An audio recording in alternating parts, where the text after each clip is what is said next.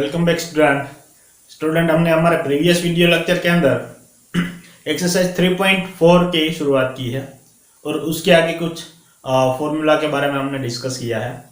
उसमें 3 फॉर्मूला थे वो जीरो वाले थे और 3 फॉर्मूला थे वो नॉन जीरो वाले थे। ओके, और उसका हमें यूज कैसे करना है वो हमने एक्सरसाइज 3.4 के 2 क्वेश्चन सोल्व करके हमने देखा था कि कैसे हम यूज करते हैं। ओके, और बेसिकली हम एक्सरसाइज 3.4 में करते क्या है, 2 सॉल्यूशन फाइंड करते हैं, principal solution and general solution. Okay, तो उसके लिए हमें वो जो मैंने 6 फॉर्मूला आपको दिखाए थे उसकी ही आवश्यकता है, उसके अलावा हमें कुछ भी चीज की आवश्यकता नहीं है। ओके, 2 मिनट में हम देख लेते हैं वो क्या था। देखो, हमने पहले sine theta is equal to 0 लिखा था। Sine theta is equal to अगर 0 है तो थीटा इज इक्वल टू हम लिखते हैं n pi and n belongs to z।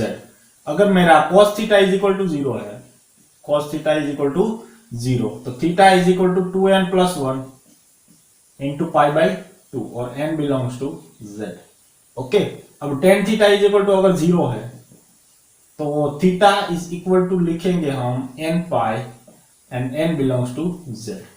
ये 3 जीरो वाली फॉर्मूला थी और नॉन जीरो वाली ये थी, अगर sine theta is equal to sine alpha है तो theta is equal to n pi plus minus 1 raise to n into alpha और n belongs to z। cos theta is equal to अगर cos alpha है तो हमने लिखा था theta is equal to 2n pi plus और minus alpha, n belongs to z। फिर last में आता था tan theta is equal to अगर tan अल्फा है तो हम theta is equal to n pi plus alpha लिखते हैं और n बिलोंग्स टू z। ये हमने फॉर्मूला देखी थी। ओके, और 2 क्वेश्चन किए थे इस फॉर्मूला का कैसे यूज करना है वो सीखने के लिए। तो चलो, अब हमारा क्वेश्चन नंबर 3 है, वो है cot x is equal to minus of √3 है। ओके, इसका मतलब सीधा मतलब ये है कि भाई राइट हैंड साइड ये 0 तो नहीं है, ये 0 नहीं है, तो इसका मतलब ये 3 जो फॉर्मूला मैंने देखे जीरो वाले वो हम यूज नहीं करेंगे, इनमें से कुछ फॉर्मूला यूज करेंगे। और ये तो साइन की है, कोस की है और टेन की है। हमारे पास जो फंक्शन है वो कैसा है, कोट वाला फंक्शन है, तो हम क्या करेंगे, इसका रेसिप्रोकल ले लेंगे। क्यों? क्योंकि कोट का रेसिप्रोकल क्या होता है, 10 होता है ना। तो हम क्या करेंगे, देखो सॉल्यूशन, हियर हमारे पास गिवन क्या है, हियर गिवन हमारे पास है cot x is equal to minus of √3। चलो, अब इसका रेसिप्रोकल आप ले लो, तो 1 upon cot x is equal to क्या होगा, माइनस 1 अपॉन √3 होगा कि नहीं। और हमें यह पता है कि 1 upon cot x is equal to 10x होगा और 10x is equal to minus 1 upon √3 होगा। चलो, अब ये tan थीटा आ गया, अब मुझे ये फंक्शन बनाना है। देख लो, अब tan अल्फा लेना पड़ेगा, तो 10 में माइनस मतलब 10 में 1 अपॉन √3 कब आता है भाई, 10 में 1 अपॉन √3, इसका मतलब मुझे कोस में √3/2 लेना है, और कोस में √3/2 कब आता है, पाई बाई 6 पे। तो ये हो जाएगा 10x is equal to minus of 10 pi by 6। पर ये जो मैं फॉर्मूला यूज कर सकता हूं वो अगर ये 10 अल्फा पॉजिटिव है तब, पर यहां मुझे जो मिल रहा है वो क्या मिल रहा है, नेगेटिव। तो अब इसको पॉजिटिव बनाने के लिए हमें क्या यूज करना पड़ेगा, देखो एक यूनिट सर्कल। अगर ये हमारा यूनिट सर्कल है तो यहां जो भी वैल्यूज होगी वो पॉजिटिव होगी, एस, टी और सी। ओके, यहां सब पॉजिटिव है, यहां एस क्या है, पॉजिटिव, बाकी सब नेगेटिव। तो 10 यहां क्या होगा, नेगेटिव, यहां 10 नेगेटिव होगा, यहां 10 पॉजिटिव होगा और 10 यहां नेगेटिव होगा। तो हम इस क्वाड्रेंट को लेंगे, है ना। तो उसमें भी यहां से आप देखोगे तो ये चीज बनेगी वो पाई बाई 2 प्लस थीटा होगी, और ये चीज क्या होगी, पाई माइनस थीटा होगी। तो हम जो लेंगे सेकंड क्वाड्रेंट का वो पाई माइनस थीटा लेंगे। क्यों? क्योंकि अगर पाई बाई 2 प्लस थीटा आप लोगे तो 10 का क्या हो जाएगा, कोट हो जाएगा। पर हमें जो फॉर्मूला इस्तेमाल करना है वो 10 का है। ओके, तो हम ये चीज लेंगे। आप इसको ऐसे भी लिख सकते हो, टेन पाई माइनस थीटा, और थीटा क्या है, पाई बाई 6। ओके, चलो इसको कैलकुलेट करो तो ये आ जाएगा टेन 5 पाई बाई 6, क्या आ जाएगा 10 pi by 6। 10x is equal to हमें क्या मिल गया, 10 5 पाई बाई 6। तो चलो अब हम इसका जनरल फॉर्मूला पहले फाइंड कर लेते हैं। तो हम जानते हैं, वी नो, क्या जानते हैं, ये फॉर्मूला कैसा है, ऐसा फॉर्मूला देख लो, tan theta is equal to 10 alpha. अगर ये चीज आती है तो theta is equal to n pi plus alpha होगा और n बिलोंग्स टू z हो जाएगा। तो इसके अकॉर्डिंग हम यहां थीटा की जगह क्या है, देखो यहां थीटा है तो यहां क्या है, x है, यानी कि इस थीटा की जगह क्या आ जाएगा, x is equal to n pi plus alpha की जगह क्या है, 5 पाई बाई 6, 5 पाई बाई 6 और n बिलोंग्स टू z। है बात समझ में? ओके, तो ये हमें जो मिला वो हमारा क्या हो गया, जनरल सॉल्यूशन इज द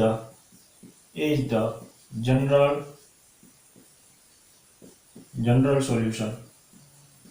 ये जो हमें मिल गया वो क्या मिल गया, जनरल सॉल्यूशन।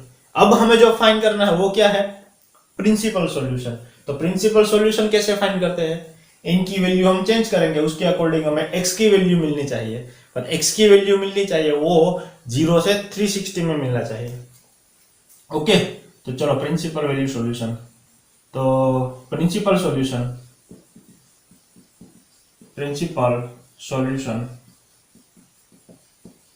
चलो तो प्रिंसिपल सॉल्यूशन कैसे फाइंड करेंगे, पहले तो x की वैल्यूज रखेंगे, x इज इक्वल टू क्या है हमारे पास, n pi plus 5 pi by 6, okay, और n बिलोंग्स टू z। चलो अब हमें n की वैल्यू चेंज करनी है, तो पहले तो हम n इज इक्वल टू 0 से स्टार्ट करेंगे, n इज इक्वल टू 0, तब मुझे x क्या मिलेगा, 5 पाई बाई 6, क्योंकि फर्स्ट टर्म तो 0 हो जाएगी। ओके, चलो ये चलेगा कि नहीं वो हमें फिर से देखना पड़ेगा। तो 5 पाई बाई 6 यानी 30, और 35 जब 150, तो ये चलेगा, क्योंकि हमारा जो प्रिंसिपल सॉल्यूशन है वो 0 से 360 के बीच में आना चाहिए, तो 150 वो आता है।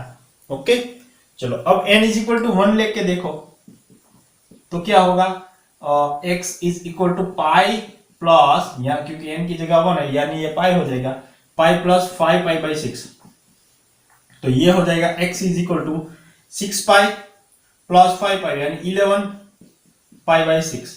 अब ये चीज आती है कि नहीं है, देखो पहले तो पाई बाई 6 यानी क्या होता है इसका, ये पाई बाई 6 यानी 30, और 30 11 जा 330 है ना, 330 आएगा, यानी ये भी इसके बिलोंग करता है इसमें, यानी ये भी चलेगा। पर अगर आप 2 लोगे तो ये 2 पाई हो जाएगा, तो 2 पाई में कोई भी थीटा आप ऐड करोगे तो वो तो इसको क्रॉस कर जाएगा। ओके, अगर ये माइनस आप लोगे, आप अगर माइनस पाई लोगे तो ये क्या हो जाएगा, माइनस 180 डिग्री, और ये क्या है 150 डिग्री, तो माइनस 30 डिग्री बचेगा, वो भी नहीं चलेगा, है ना।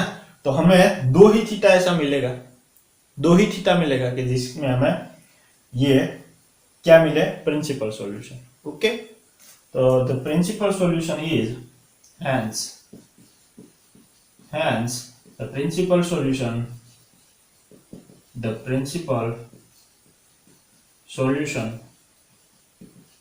is क्या है भाई, principal solution 5 pi by 6 and 11 pi by 6। ये ही सॉल्यूशन हमें मिलेगा। आई बात समझ में? ओके, एकदम इजी क्वेश्चन है। तो चलो आगे के क्वेश्चन एक देख लेते हैं। चलो क्वेश्चन नंबर 2 देखो। क्वेश्चन नंबर 2 में हमें cosec x is equal to -2 दिया है, और इसका हमें principal solution and general solution हमें फाइंड करना है। ओके, तो चलो पहले तो cosec x is equal to -2 है, इसका मतलब ये 0 वाला तो फॉर्मूला लगेगा नहीं इसमें, तो हमें इसमें ऑब्वियसली क्या होगा, नॉन जीरो वाला फॉर्मूला देखना पड़ेगा। पर हमें तो पता है कि नॉन जीरो वाला जो फॉर्मूला है उसमें भी साइन थीटा वाला फॉर्मूला है, कोस थीटा वाला है और टेन थीटा वाला है, पर यहाँ जो फंक्शन गिवन है वो तो कोसेक में है। पर हम जानते हैं कि कोसेक एक्स का रेसिप्रोकल हम लेंगे तो वो क्या आ जाएगा, साइन एक्स में आ जाएगा। तो साइन एक्स वाला हम फॉर्मूला यूज कर देंगे। तो चलो इसका क्या लेंगे हम, रेसिप्रोकल सॉल्यूशन। चलो तो हियर पहले तो हमें जो गिवन है वो लिख देते हैं। हियर गिवन क्या है,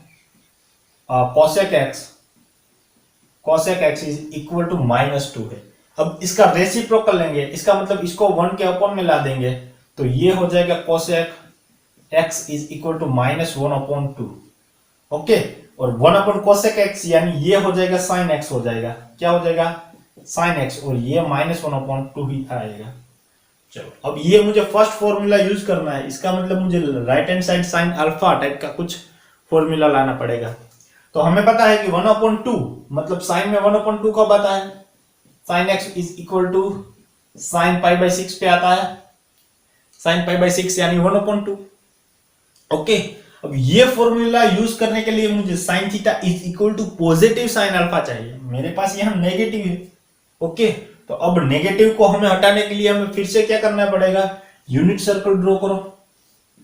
ओके, ये मैंने यूनिट सर्कल ड्रॉ कर दिया, यहां ऑल एस पी और सी। ओके, तो आप देखोगे तो यहां ऑल पॉजिटिव है, सेकंड क्वाड्रेंट में साइन पॉजिटिव है, और थर्ड क्वाड्रेंट में मेरा साइन नेगेटिव है, और फोर्थ क्वाड्रेंट में भी साइन नेगेटिव है। ओके, तो चलो अब मुझे क्या करना पड़ेगा, ये थर्ड क्वाड्रेंट है, इसका मतलब ये जो है ना वो पाई प्लस थीटा है यहां, और यहां जो है 3 पाई माइनस थीटा है ना, ये चीज में। अब थर्ड क्वाड्रेंट की बात करता हूं, ये जो फोर्थ क्वाड्रेंट में भी नेगेटिव है तो ये हो जाएगा 3π/2 प्लस थीटा, और ये चीज होगी वो 2π माइनस थीटा होगी। ओके, तो हमें फंक्शन चेंज नहीं करना, तो हम इस चीज का इस्तेमाल नहीं करेंगे, इन दोनों का हम जो लेने वाले हो या तो 5π प्लस थीटा लेंगे या तो 2π माइनस थीटा लेंगे। ओके, हम पहले वाले ही को ही यूज कर देते हैं वो सब क्वेश्चन में, तो इसको ही ले लेंगे। तो इसको लिखेंगे हम साइन पाई प्लस थीटा यानी पाई प्लस π/6। ओके, चलो अब क्या होगा देखो, इसको आप कैलकुलेट करो तो ये हो जाएगा 7π/6 साइन 7π/6। ये हमें sine x is equal to मिला है, sine x is equal to sine 7π/6। Okay, अगर हम sine theta is equal to, अगर मेरे पास साइन अल्फा है तो उसका जो थीटा बनेगा वो इस टाइप का बनेगा।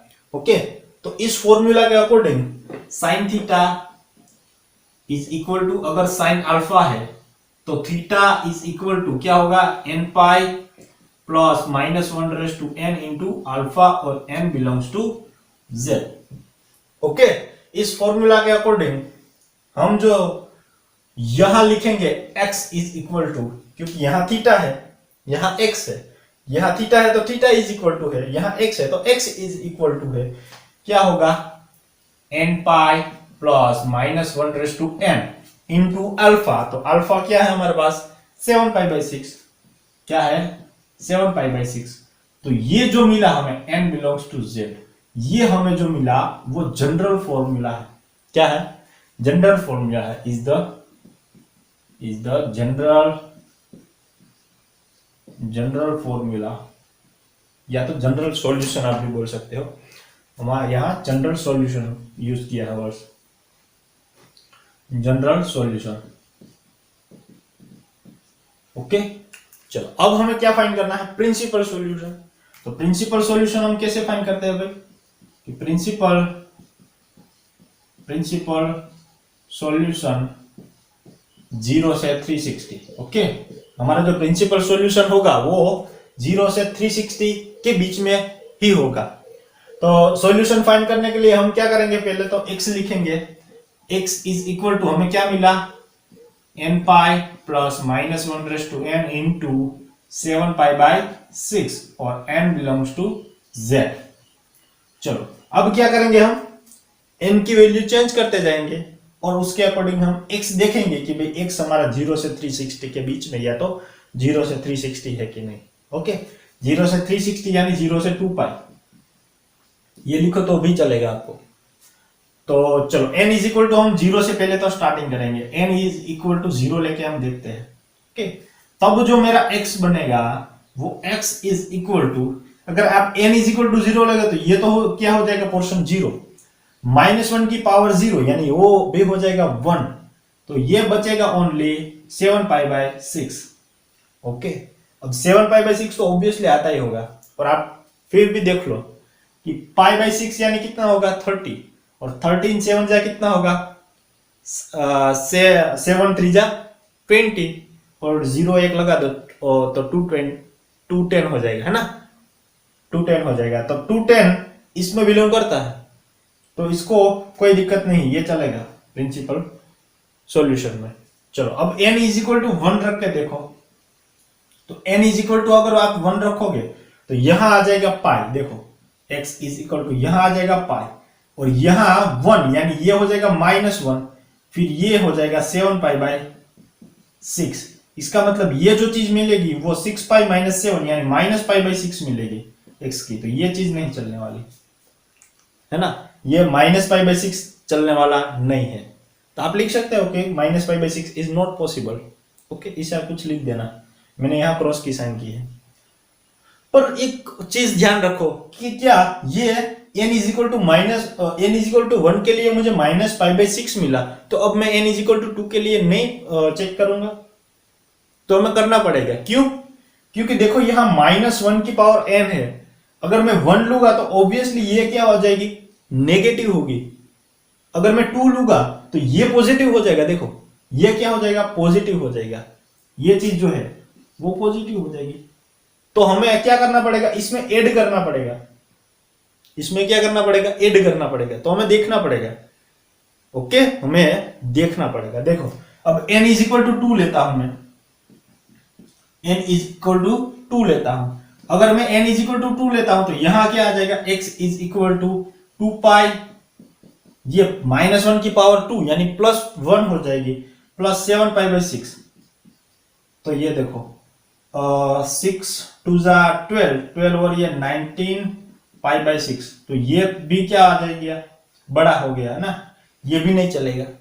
अब n इज इक्वल टू 3 रख के देखो, तो n इज इक्वल टू 3 रखोगे तो x इज इक्वल टू हमें क्या मिलेगा 3π, और ये देखो ओड हमारी पावर जब होगी तब -1 क्या हो जाएगा, -1 ही रहेगा, और ये 7π/6।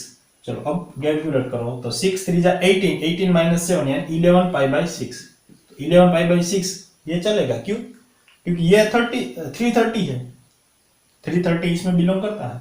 तो अब ध्यान से देखो, इस दोनों में n इज इक्वल टू 1 और n इज इक्वल टू 2 के लिए हमारा प्रिंसिपल सॉल्यूशन नहीं मिल रहा, पर n इज इक्वल टू 3 के लिए मिला। देखो ये 11π/6 है, क्या है 11π/6। तो आई बात समझ में, जब ये ऐसा फॉर्मूला बने -1 वाला, -1n वाला, तब आप ऐसा मत सोचना कि n इज इक्वल टू 1 के लिए हमें सॉल्यूशन नहीं मिला तो n इज इक्वल टू 2 या तो n इज इक्वल टू 3 के लिए नहीं मिलेगा। ओके, एक बार 2-3 डिजिट तक, मतलब n इज इक्वल टू 1 के लिए अगर नहीं मिलता तो 3 तक तो आप चेक करो पहले, फिर डिसीजन लेना। ओके, तो अब हम लिखेंगे कि भाई प्रिंसिपल सॉल्यूशन हमें मिला, हैंस प्रिंसिपल सॉल्यूशन